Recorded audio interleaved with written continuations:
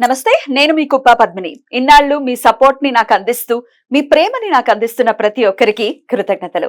ఇప్పుడు చూడబోతున్న ఈ వీడియో కూడా ఖచ్చితంగా మీకు ఉపయోగపడుతుంది. లైక్, షేర్ అండ్ సబ్స్క్రైబ్ చేసి మీ ఇష్టాన్ని అలాగే మీ సపోర్ట్ ని నాకు అందించండి. అలాగే ఈ వీడియో పట్ల మీ అభిప్రాయాన్ని కమెంట్ సెక్షన్ లో కమెంట్ చేసి నాకు తెలియజేయండి. నమస్తే, నమస్కారం. రేపటి విశిష్టతని ఒకసారి చూద్దాం. రేపు 9వ తారీఖు మే నెల 2024వ సంవత్సరం గురువారం. శ్రీ క్రోధినామ సంవత్సరం ఉత్తరాయణం వసంత ఋతువు. రేపు వైశాఖ మాస శుక్లపక్ష పాడ్యమి తిథి పగలు 6:21 వరకు, విద్యా తిథి రాత్రి 4:17 వరకు, తదుపరి తదియా తిథి.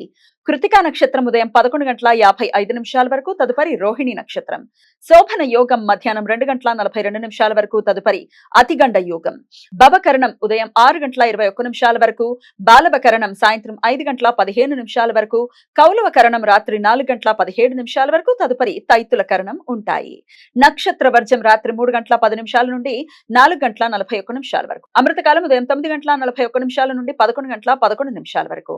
హైదరాబాద్ ప్రాంతం వారికి రేపు సూర్యోదయం ఉదయం 5:46, సూర్యాస్తమయం సాయంత్రం 6:39, చంద్రోదయం ఉదయం 6:27, చంద్రాస్తమయం రాత్రి 8:06. అభిజిత్ ముహూర్తం పగలు 11:47 నుండి మధ్యాహ్నం 12:38 వరకు. దుర్ముహూర్తం ఉదయం 10:04 నుండి 10:55 వరకు, మరలా మధ్యాహ్నం 3:13 నుండి సాయంత్రం 4:05 వరకు.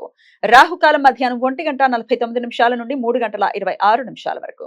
గుళిక కాలం ఉదయం 9 నుండి 10:36 వరకు. యమగండం ఉదయం 5:46 నుండి 7:23 వరకు.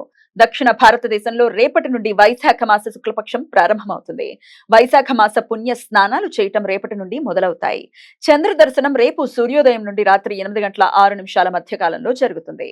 ఈ సమాచారాన్ని మనకు అందించిన వారు మేడికొండూరు విశ్వనాథ్ ప్రసాద్ గారు.